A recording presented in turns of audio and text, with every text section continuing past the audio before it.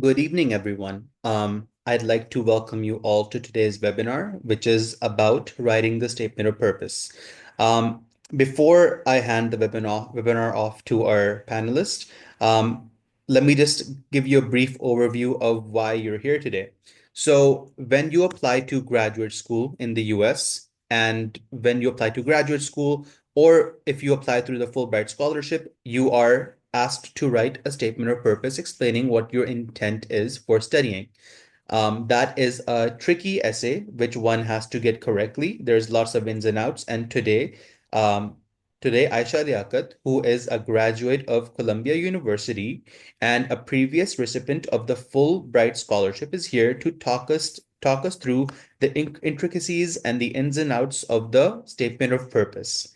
Before I hand it over to Ayesha, let me explain a little bit about what Education USA is, who we are, along with USEFP. So, Education USA is a global network under the US Department of State made up of over 425 international student advising centers in more than 175 countries. We are your official source to US higher education.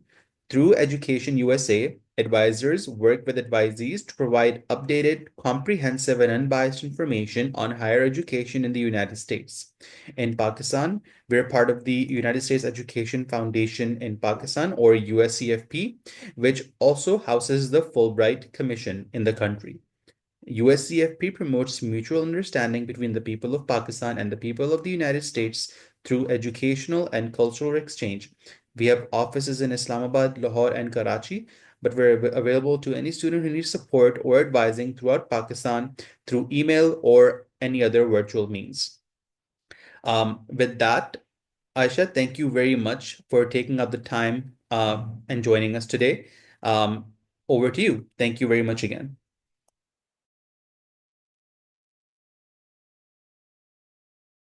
Much. Let me just share the screen. I hope, can you guys see the screen? Yes, I can see your screen. Okay. And just a quick instruction to the audience members.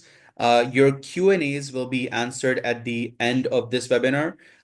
Throughout this webinar, there may be some slides in which we ask you to put down your answers, and you can use the Q&A box to do that. We'll try and make this presentation as interactive as possible. General questions I'll try and answer throughout the presentation, but if there's some more specific questions, please save them for the end of the webinar.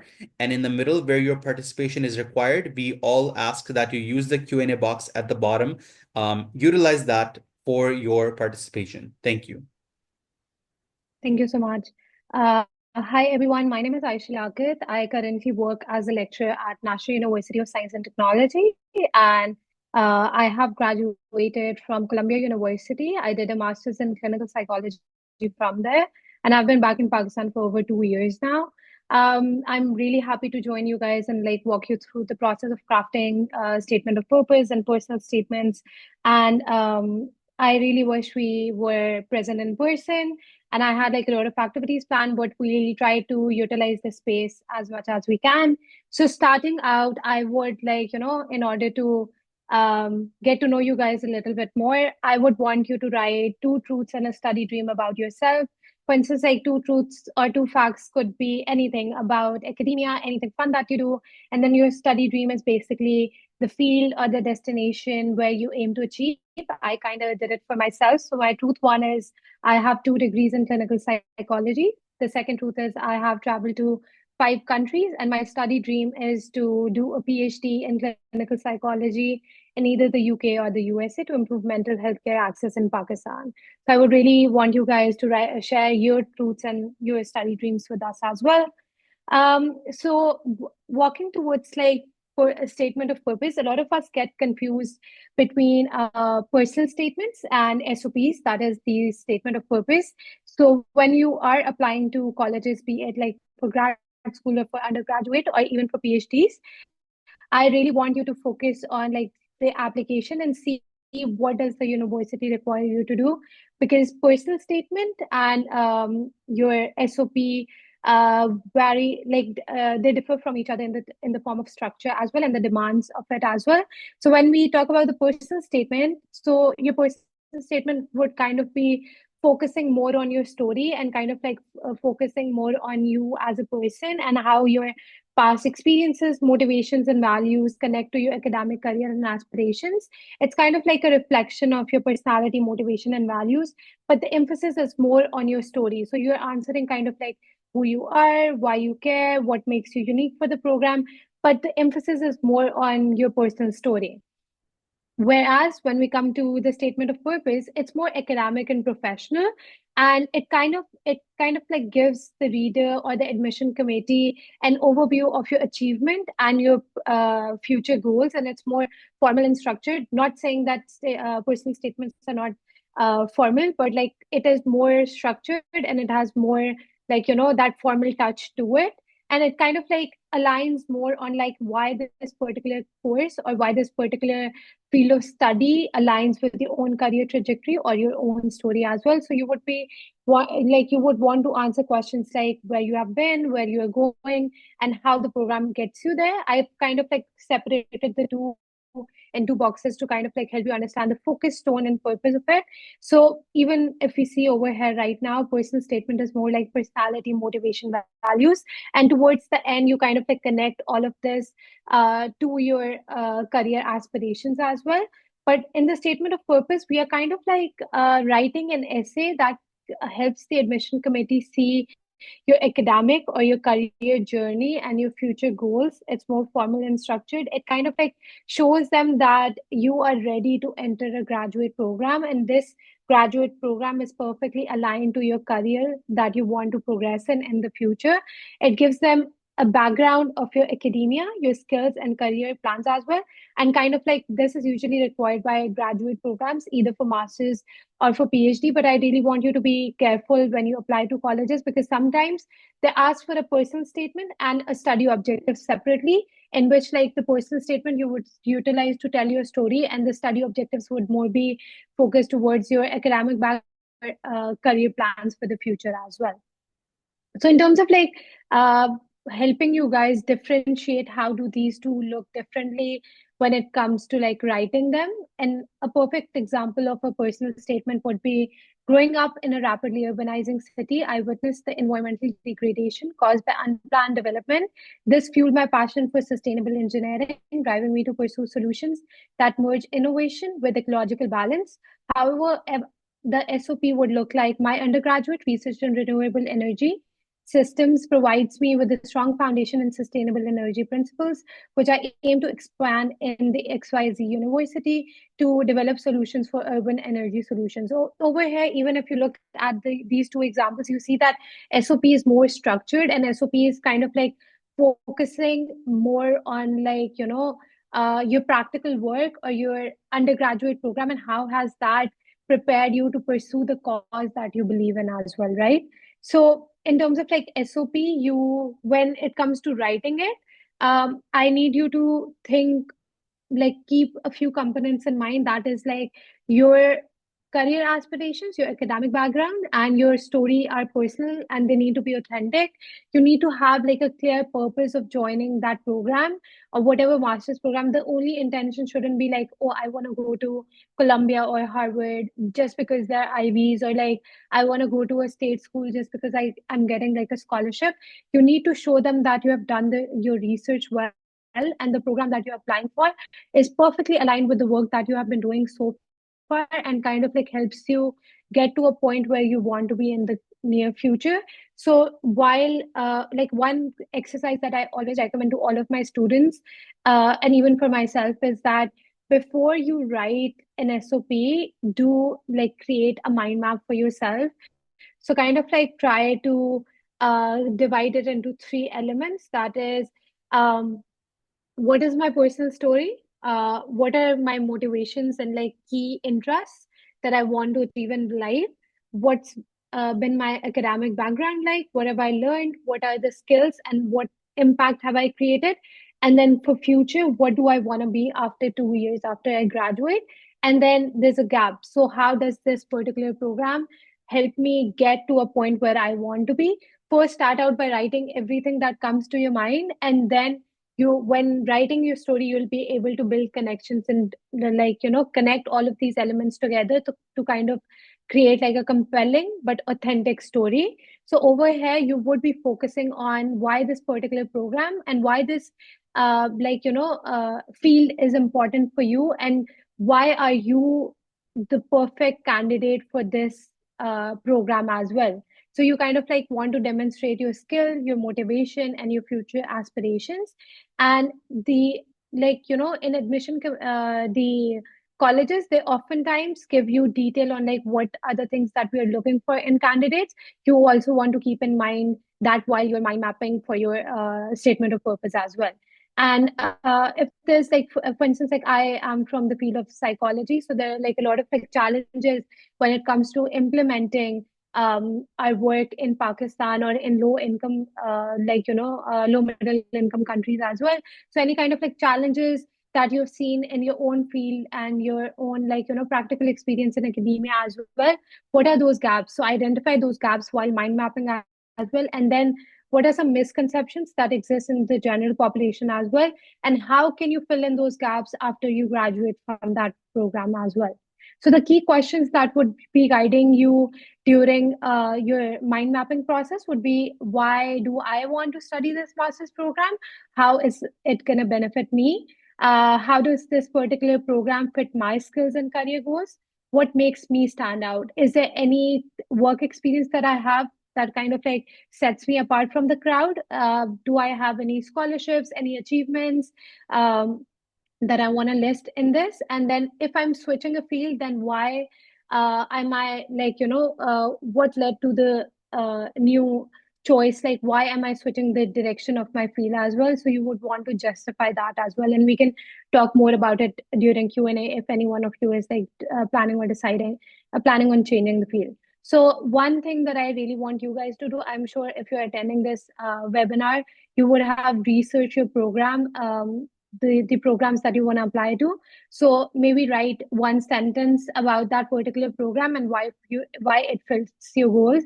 So a lot of the examples that I'll be sharing, I have like kind of like um, crafted them for different kind of like fields. So one example sentence is, I'm drawn to the data science program at maybe like Montclair University because of its focus on ethical AI, aligning with my professional goal of creating fair and inclusive algorithms. So right now, what I want you to do, if you want to pursue like public health, psychology, or any other social sciences or any other STEM degree, write one sentence about why that particular program fits your personal goals as well. So when it comes to like creating a unique story, I know I mentioned that statement of purpose is more professional and it's less about your own story and more like how your previous academic and like career trajectory has prepared you to enter this particular program of choice.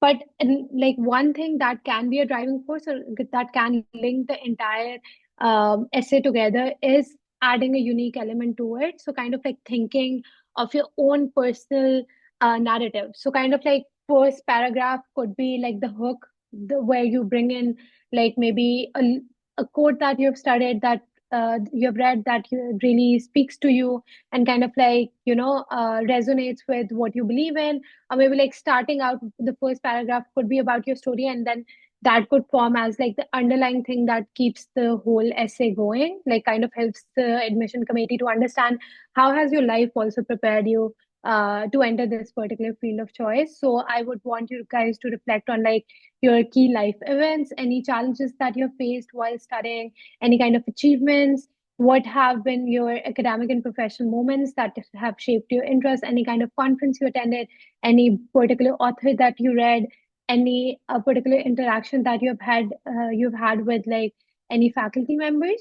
So, example hook is working on a flood relief program taught me the importance of logistical planning, sparking my interest in supply chain management. So, kind of like bringing a personal narrative to it. So, in terms of like structure, the introduction, if it starts with a hook, kind of like gets the reader to you're able to gauge their attention. You can start out with something personal and have a clear purpose to why this is linked to like the whole why this kind of like drives your whole academic journey or your career trajectory. And then the body would be growth, preparation, and skills. So over here, I would want you to think about your motivations, your experiences in like community. I'll talk more about it in the next slide as well. And then the conclusions would be future goals. So the core elements that you want to include is like, again, motivation, why this particular course, and then why this particular institution as well. For instance, like I know that Columbia has a really good engineering school, so I'm inspired by Columbia's groundbreaking work in computational linguistics. So like the first is, what is the motivation, why this particular university, why this particular program? For that you have to do some level of research to understand what's the unique element of this program. For instance, like I'll share my personal like kind of like story and what I included in my essay. While researching for graduate programs, I came across this particular master's program in Art Teachers College, Columbia University, where it is the only program that kind of like offers you 10 concentrations within the field of clinical psychology. And they kind of like allow you to take in more than one concentration. So what I did was like I specialized in global mental health and trauma, and then minored in child, family, and psychology, child and family psychology. So over here, like this is something that's rarely offered in other schools as well. You can only major in like one particular domain. But since I had like background in clinical psychology, I wanted like one step ahead and kind of like specialize in a particular domain of psychology. And then for this particular program, what I found really interesting was that it had a lot of like research exposure as well. So Columbia's uh, psychology department has more than 10 labs. So while I was there, I was working as a research assistant at 3 labs at the same time. So over the period of 2 years, I was able to work in 3 labs. One was global mental health and trauma, the second one was loss, trauma, and emotion, and the third was development and eco psychology. So kind of like helped me get research exposure from 3 kind of like domains that I was interested in. And the third element was that because I had background in clinical psych, I was allowed to do a fellowship, a clinical fellowship as well, with another institute that was linked with the School of Social Work. So these are the things that I thought were really important, and this kind of exposure I wouldn't get it from any other program in the States. And because of its location in New York, I would have like an opportunity to interact with organizations such as like people working in WHO, UN, and that happened to be true because like at the end of my first semester I was able to hold a CSW event for UN women rights movement as well. So like these are the things that I put in my personal statement, that I have researched the program, I know what I want to do, and this is how the program is going to help me achieve my goals as well. So that kind of like brings in personal narrative, but at the same time shows the admission committee that you have done your work well, and like you need little to no direction during your master's program, and you will be able to achieve those goals because you know what awaits you in the program as well. So in the preparation, what you would want to do is like in the preparation paragraphs, that is body, kind of like reflect on your any thesis that you have done, any research projects that you have done, any internships that you have done, and kind of like focus on the impact that those projects have created, and kind of like any personal learnings or any skills that I've like gathered from each internship or each exposure that I've had. For instance, like if you have done internships in data science and three institutes, instead of like mentioning just like that I did 3 internships, one with a startup, one with like an established company, one with like tech groups. I would want you to kind of like focus on any particular skill or any particular exposure that you've had. For instance, you can also mention like any supervisors you had that graduated from schools like in the US or any international schools, and how did their work ethic or how did their ideology kind of like inspired you, like how did that working experience contributed to your knowledge and experience. So focus more on like what you have learned and what kind of impact that you have created, because that also gives like an impression to the admission committee that you are someone who just looks beyond getting grades, and you're like kind of focused more on like um, dedicating your time to initiatives that help you grow and learn and help the community grow and learn as well. Like you're leaving some impact in the community that you're working in. So any kind of like while you are reflecting on these things, any kind of like communication skills that you've learned, maybe like anything that you've learned about time management, any leadership skills that you've acquired.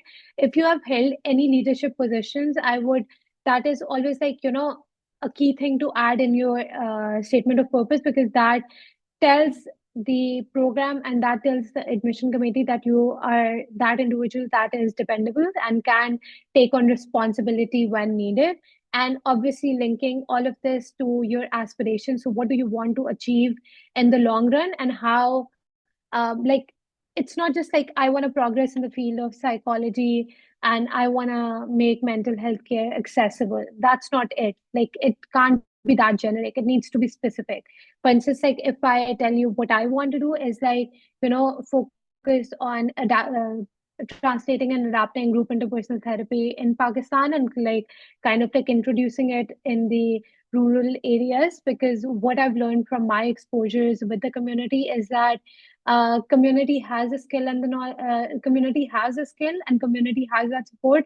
All we need to do as mental health professionals is kind of like build on the existing knowledge and kind of like provide them with the right amount of skill set that will help them create supportive networks that's going to contribute towards like creating like safe spaces in those communities as well. So instead of making it more generic, I am making it more specific, and I'm kind of like telling them that I've done my research and I've like worked in the communities and I do understand the problems that do exist in those communities as well.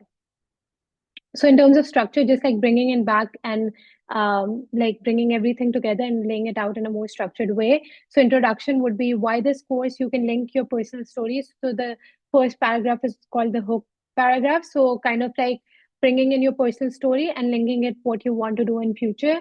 I've crafted an example. So witnessing my grandmother's care inspired my interest in healthcare policy. The preparation would be any like the body would be your preparation skills and relevance. So my undergraduate thesis on biodiversity equipped me with research and fieldwork skills vital for conservation efforts. And obviously it's not just this, you will be adding on to how that has equipped you with the research knowledge and like kind of like fieldwork skills that are essential. And then conclusion is like this particular program will help me lead impactful environmental projects. Then you want to mention all of the things that this program has, and kind of like how would that fill in the gaps in your existing knowledge and your existing like work experience as well. One thing when I say like make it unique, create in quotes and like create a personal narrative, at the same time avoid using cliches and kind of be more like clear and concise instead of like using words. Like a lot of the students I see, they use words like I'm passionate about psychology, I'm passionate about public health, I'm really passionate about like ethical AI. But everyone is passionate about that. Like, you need to back it up with the claim, and you need to back your claim up with evidence. So kind of like bring in your personal experience and tell them where is this passion coming from, what is the driving force.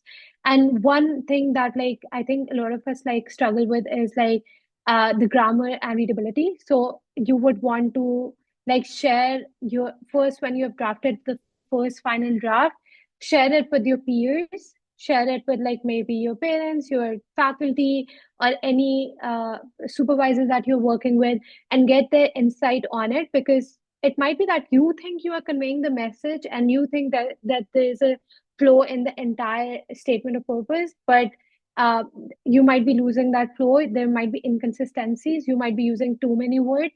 So like getting feedback on the readability and kind of like seeing if the other people also get what you're trying to say is really important. So start working on it like a few months in advance so you can get feedback and kind of like polish the versions. Trust me, it takes like at least 5 to 10 revisions to get like a really good product. Right now, if we were in person, I would have like asked you to do this for your own self, but you can utilize the chat box right now and rewrite this statement. I've always loved my major and I want to study it more, and kind of like uh, tell us why you have loved your major and why do you want to study it more. So it helps us understand, okay, where you're coming from. Like one last thing that kind of like bringing everything together about uh, writing and like focusing on more on the template, make sure that once you have written the first draft of your SOP, when you read it, you can answer these questions for yourself. So, what inspired your interest? This will, the first paragraph, the hook paragraph, should be able to tell the reader that what has inspired your interest in this particular program, in this particular domain. And then the body paragraph should be able to convey to the reader how has your particular background um, prepared you for this particular master's program or for this particular PhD as well. When I say background, I don't only mean academia. I don't only mean your undergraduate studies and your research experience or your internships, but also your community engagement as well. Any community projects that you have carried out, or anything, even if it was not a project, anything that you have at a small scale done in the community that has led to a change and that has led to a particular, like, that has left impact on the people. You can include that as well. And then towards the last, like the concluding paragraph, it should be able to tell you the reader that what are your goals, and those goals need to be specific and very clear, so they can understand what do you plan on doing in future and how is this program going to equip you with the skills that is essential. So one example is growing up in rural Sindh, I saw firsthand how limited access to healthcare affects entire communities. My undergraduate thesis on maternal health intervention sparked my passion for public health. I now seek to deepen my understanding through Emory's public health program to design sustainable solutions for underprivileged areas. So this is kind of like an opening paragraph, and this is still very generic, but you can focus on particular challenges that you have seen in rural Sindh and how those challenges and how that limited access kind of like gives you knowledge of like how community works and how those solutions can be made more like culturally sensitive, and how can they be more practical in nature as well. And you would be like carrying that narrative out throughout the body paragraphs as well. So that's all from my end, but hopefully through Q&A you would be able to ask questions and I can answer them for you. Thank you so much.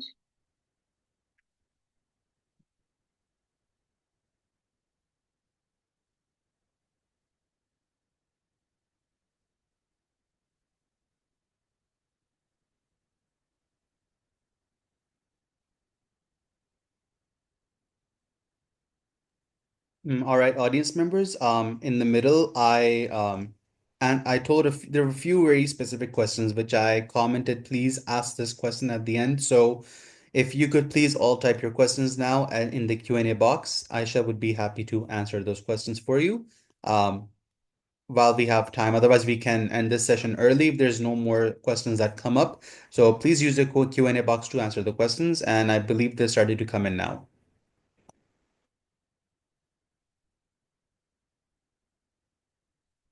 Hi. So about the two truths and your study dream, it was just like one thing, like kind of things that um, that help us understand your background. You don't need to link that to your SOP. You can definitely link your personal stories that are more connected to your graduate program and kind of like, make it a personal narrative. So you don't need to do that. Any specific advice or suggestions for PhD SOP? So, in terms of like PhD SOP, it's like for that you need to do research on the faculty sponsors as well. So, for each university, you would be seeing who is accepting applications in this cycle because oftentimes not all faculty members are doing it. For instance, like if I can answer it from my perspective.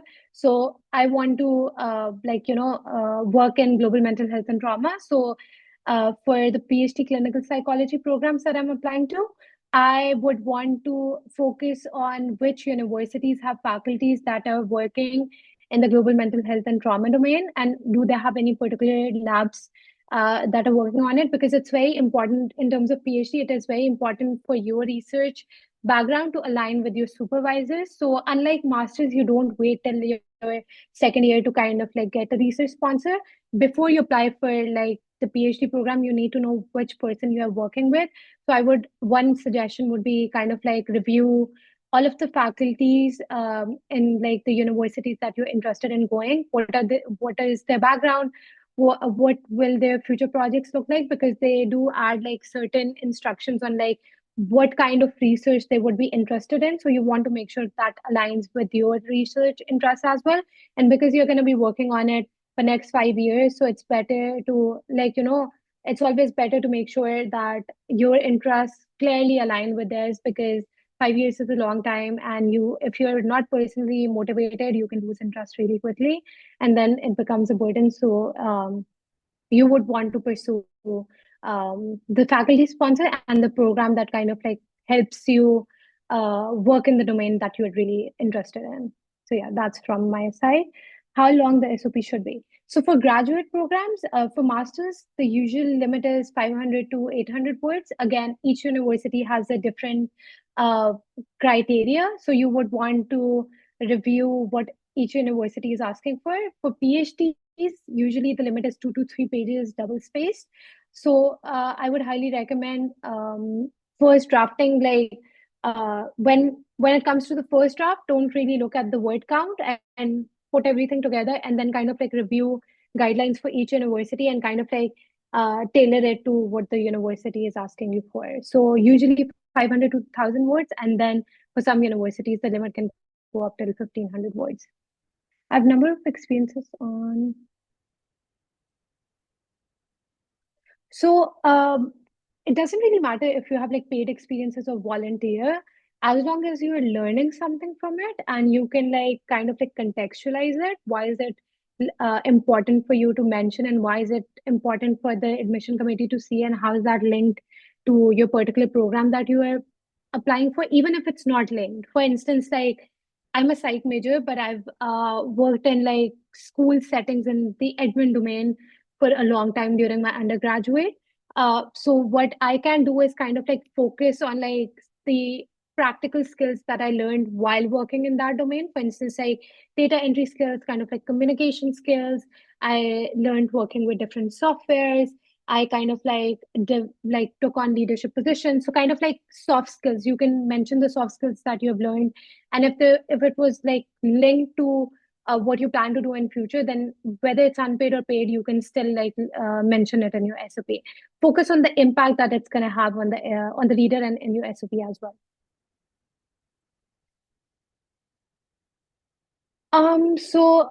The word count I've already answered, but personal stories can go towards cliches, but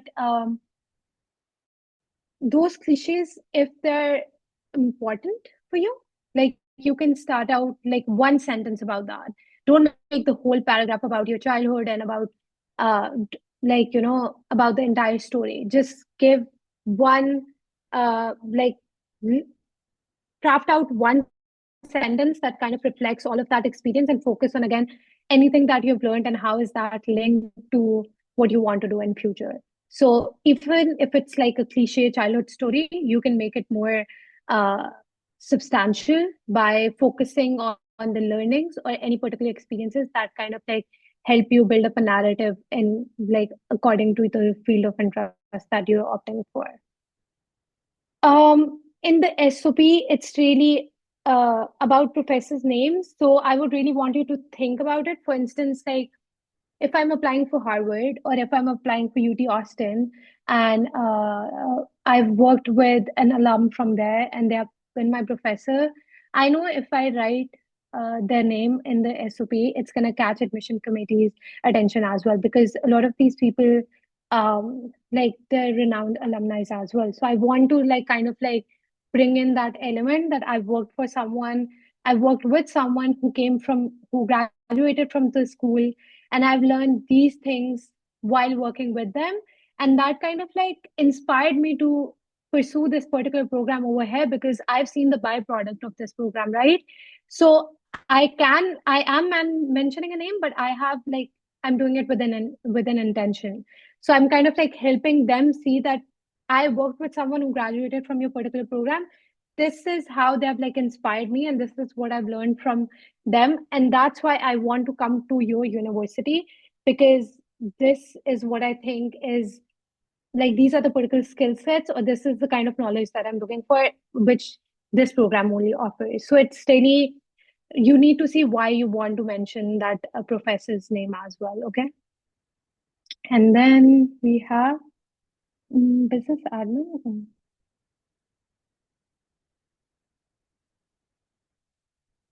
Again, if you have done your MS in business administration and you're working as a deputy registrar at public sector university, there's no harm in reflecting your personal job in SOP, because you would want to, like, if you don't, then that's going to create a gap in your resume as well, right?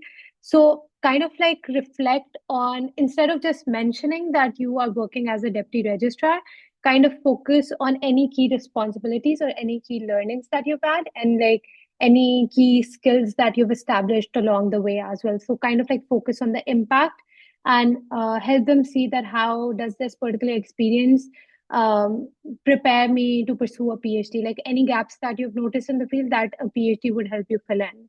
So I hope that answers your question. Okay. So, what if we don't have any specific stories to mention? It's completely fine. You don't have to always mention. Statement of purpose is basically like the purpose of you, like, you're kind of like writing the purpose of you kind of like pursuing this particular program or field or program, or a particular master's degree. So you can always just focus on like your academic background, your research background, your practical experiences, and how they have kind of like helped you prepare. What are some gaps that you have seen in the field, and how does this particular program help you fill them in? So it can be more professional in that element. It's not always needed, but you can, if you don't have a personal story, maybe like if there's any particular like author or any particular uh, person in your field that kind of like inspires you, kind of like bring in their element as well, only if you need to make it more unique. So I hope that answers. Hmm.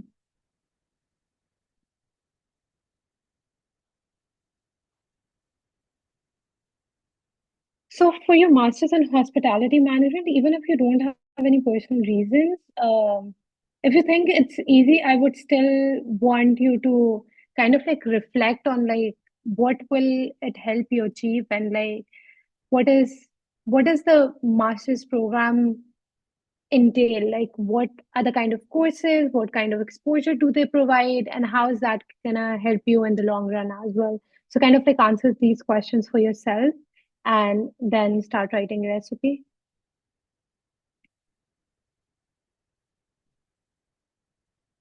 Um, if okay, George Washington University and Georgetown. I'm also interested in George Washington University. So I think when you say defending your CGPA, I'm assuming that it might be on the lower end. Uh, but if it's like lower, maybe like near three, then instead of like defending it, try to focus more on the practical skills that you've acquired and during your undergraduate programs. And like, I wouldn't like really recommend defending it. Kind of like help them see that even if you maybe like you were in a relative scoring system or like all of that, and you aren't someone like who can whose intellect and whose skill and exposure is determined by a CGPA, you can kind of like show them that by talking about your exposure, your skill, your experiences, and help them like see that it's like there's more to you than the GPA in itself. So instead of depending, kind of like create a narrative that helps them see that how have you applied the knowledge that you have acquired during your undergraduate program as well. Um, In terms of like reviewing SOPs, if it's for the next session, then I might be open to doing it since the deadlines are very close. You can reach out to me on LinkedIn. I can recommend you a few people who would be able to review it, but reach out to me on LinkedIn. Okay. Here of information, have 10 years of teaching experience. I want to do a master's in education for better understanding of students. So in terms of like GRE, a lot of institutes have waived it off. So I was looking into PhD applications as well. For masters, I think for this session, a lot of universities have waived it off. So I would recommend you to kind of like create a list of universities that you're planning on applying and then see if GRE is optional or not. If GRE is optional, you don't need to give it, and you can like go ahead with your application. But obviously, you need a GRE for programs that haven't waived it off. But a lot of the US programs have waived it off for PhDs, specific PhD programs, and specific master's programs as well. And I think with education psychology, you'll see, I think George Washington, Boston University, NYU, Columbia has waived it off. So maybe try doing the research and then you can go ahead with the applications. You can reach out to me on LinkedIn. So I didn't add my email, but you can find me on LinkedIn. My name is Ayesha Liaqat, Liaqat without a U. So I can get back to you guys over that on there. So faculty sponsors, could you explain what roles might do? Faculty sponsors and application process. So there was a question particularly regarding the PhD applications. So you don't need, for some programs, you need to establish contact before applying for the PhD. Again, look at the application, look at the university's website. If that's not a requirement, you still need to name one faculty that you will be working with during your PhD program. So identify that particular person and mention in your SOP, there should be a paragraph that kind of like tells the admission committee why this particular faculty and how does their research and their future research goals align with your future goals. Because then you're going to be joining their particular lab and you would be like, working on a project that they already have or kind of like creating a new project, but it has to be in the research domain. So for people applying for PhDs, you really need to do that additional step for yourself because otherwise your application, if you don't know who you are going to work with and if your application is very generic, like I just want to progress in my field and this person is really good and I think they can help me learn, this won't get much attention. So be specific on like what kind of papers. So for my suggestion would be like kind of like review the work that they have done, identify like 2 3 papers that kind of like align with what you have been doing and what you want to do in future and kind of like help build that connection in your SOP. Usually with all of the PhD applications, they ask you during the application as well, like what's your first preference for the faculty. Very few universities ask you a second preference. um, MA in sociology in 2013, and after that, no. So if you did your MA in 2013 and have been working since then, I think you have a lot of like work experience. So this is a question that you need to answer for yourself. If you have like a lot of like good experience in community work, if you feel like you're ready for a PhD and you can, because for PhD, it's um, a lot of work on your own and like you you are the person who is kind of like taking charge of your thesis, so a lot of responsibility on you. So if you think you're ready for that, I think with your work experience, like almost I think 11 years of experience or 9 to 10 years of experience, you would want to kind of like form that experience as the foundation, everything that you've learned so far, any gaps that you've identified, how does a second master's or a PhD help you fill in those gaps, and how does these programs help you meet your future goals as well. Having more work experience is always a better thing, and there's no right age or right time of going back into academia. So I think it's like kind of your own preparedness. Like, do you think having a second master's would kind of like add on to what you already know and then you can do a PhD? Or like, do you think in terms of like knowledge and experience, you have enough and you're ready to take on the responsibility of a PhD? So hopefully that helps. About multiple experiences, like I mentioned earlier, I think one thing that want to keep in mind is kind of like focus on particular skills and particular exposures that you're getting from each experience and kind of like bringing them together, because a candidate who has had practical exposure and who has learned all for instance, like leadership skills, communication, management, you have worked on budgeting. All of these things are the things that you would be working on, even if it's like research projects or like any community projects within your master's program, you would be working on these. So, kind of like helping the admission committee see that you already have that exposure and already have that skill, kind of like makes your essay more compelling. So bringing that, like focusing on more on like the impact that you have created in each of the experience would help you stand out. Mhm.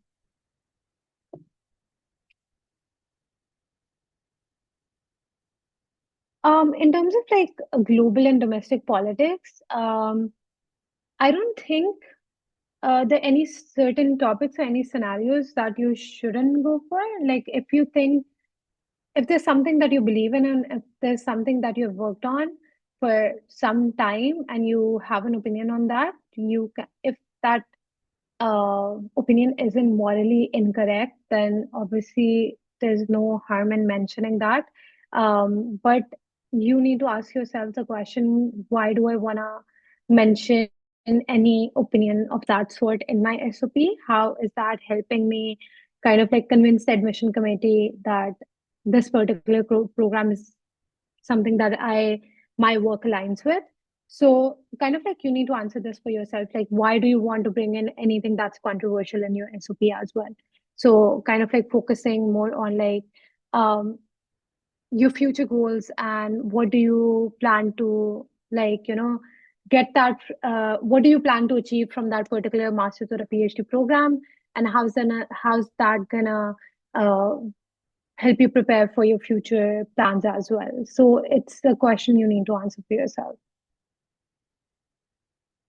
Even if you have a master's in law and you don't have practical experience, usually having practical experience is something that really helps you stand out. But if you think that you are either going for a second master's because there's like knowledge and gaps in knowledge and gaps in exposure, then you can make that your basis. Or even if you don't have any practical exposure during your undergraduate or master's program, you would have done like enough research. So that also counts as experience. So maybe focus more on like any RA-ships that you've done, any TA-ships that you have done, and any kind of like experience through projects that you have like acquired over the years. So kind of like reflect on that. Um, Yeah, definitely. If you want to plan a startup and that's like something that you are majoring in, you can definitely mention that. Maybe like focus on how this particular program will, like, what kind of knowledge and what kind of skills or exposure you are planning to get out of the particular program that you're applying for, and how is that going to equip you with what you need to start a startup for, like, to start your own startup as well. So linking it to the program and like kind of like doing research on alums as well and like the work that they have done, so kind of like that also tells them that you have gone one step ahead and like uh, what kind of things people achieve after graduating from their particular university. So kind of like uh, talking a little bit about that as well can help you enrich your SOP.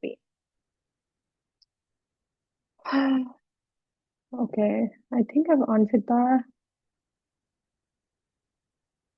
In terms of like conferences, uh, okay, so this particular question is about how can I pick from different kind of experiences that I've done, like attending multiple conferences and organizing a few events. Um, I think in terms of like attending conferences, I would want to include conferences that I've actively participated in.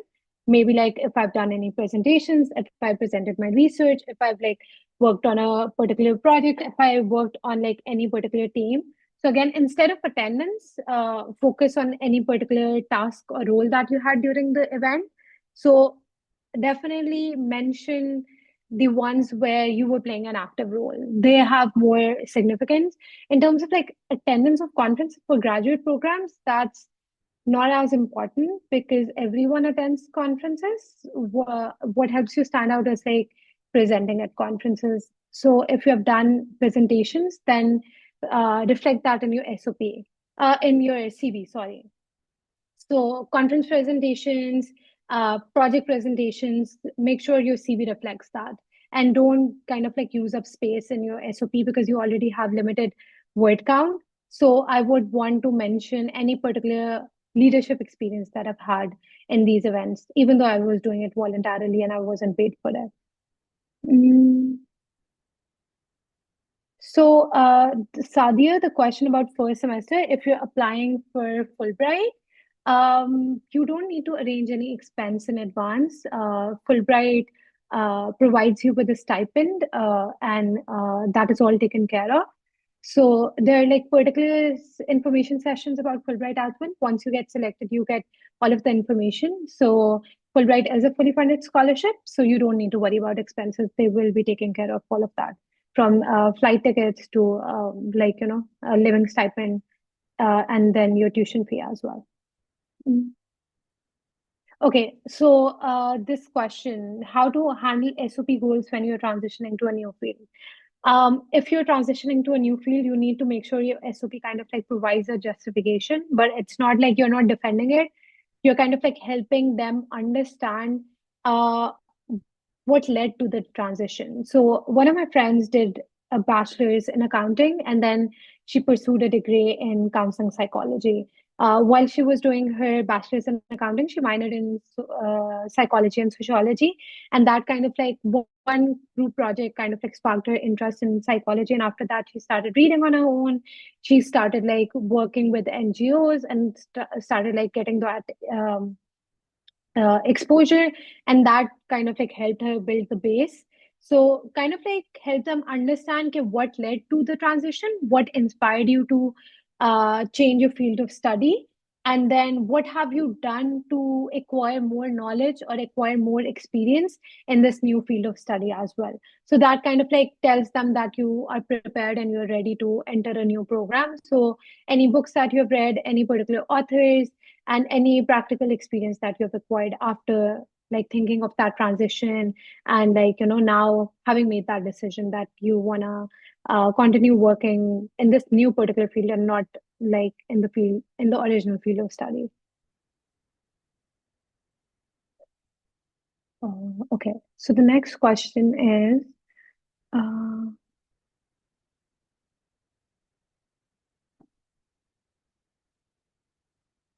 okay, so for this particular person, you mentioned that you have 14 years of professional experience and 5 years experience in Pakistan Navy as commissioned officer in education branch. I'm interested in PhD public policy and US universities. And someone told you that military experience shouldn't be mentioned because they won't get you admission. I think that's just a misconception because they are, in terms of like selection of candidates, the process is very inclusive, and they always welcome they always welcome candidates from all kind of backgrounds. So if you want to pursue a PhD in public policy, mentioning your experience, and kind of like focusing on again the things that you have learned, and why do you want to do, because you have like a very rich experience, a rich exposure as well. So, what do you think are the gaps in your experience and exposure, and how is this particular PhD going to help you fill that? Or if this PhD is going to help you, like, recenter your focus towards academia and research, then kind of like help them understand how that's gonna happen and what kind of research interest do you have and how do you want to like work on those research interests in the future. I wouldn't discourage anyone from kind of like mentioning their experience. You're always welcome to mention your experience, but make it more like tangible and kind of like help them understand what you have gained out of this experience. But I can tell you there's a no discrimination policy for the admission committees as well, so you shouldn't be afraid about that. I hope that helps. Mm,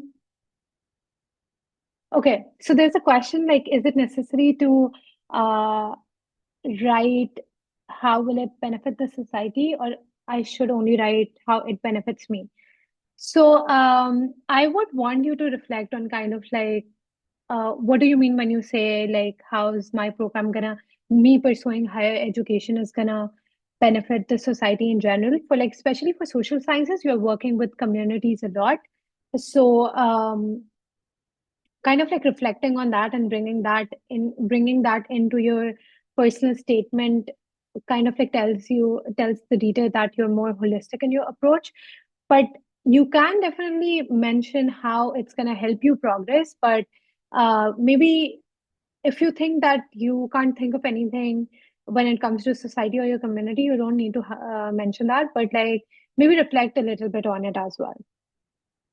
Okay, we have our last question. So, my house job medical internship is just about to end, but I'm realizing being a doctor might not be it for me. I didn't engage in any community service or extracurriculars in my med school years or had any time to do any extra courses. So I'm kind of lost, but what direction to go into if I'm not interested in applying for FCPS? Can you give me some recommendations on how to navigate a career change and leverage my skills? You can definitely reach out to me on LinkedIn and I can give you a detailed answer on this. But I think if you think that medical profession or being a doctor is not your true calling and you maybe want to a lot of doctors like end up pursuing public health because they want to work in the community and at a larger scale because I think that leaves more impact. So you kind of like maybe try exploring like health and communications and like maybe like psychology or like sociology and public health settings as well, and like what kind of work is being done, and then see what kind of like speaks more to you, and then kind of decide like what kind of programs that you want to pursue in future as well, because maybe like at this time there would be a lot of confusion, but kind of like reflect on what do I want to do, if not being a doctor, what do I want to be, and kind of like answer these questions for yourself. uh, but I don't have any prominent achievements. My SOP question was to discuss an achievement that highlights my academic and CC activities, but I don't have any prominent.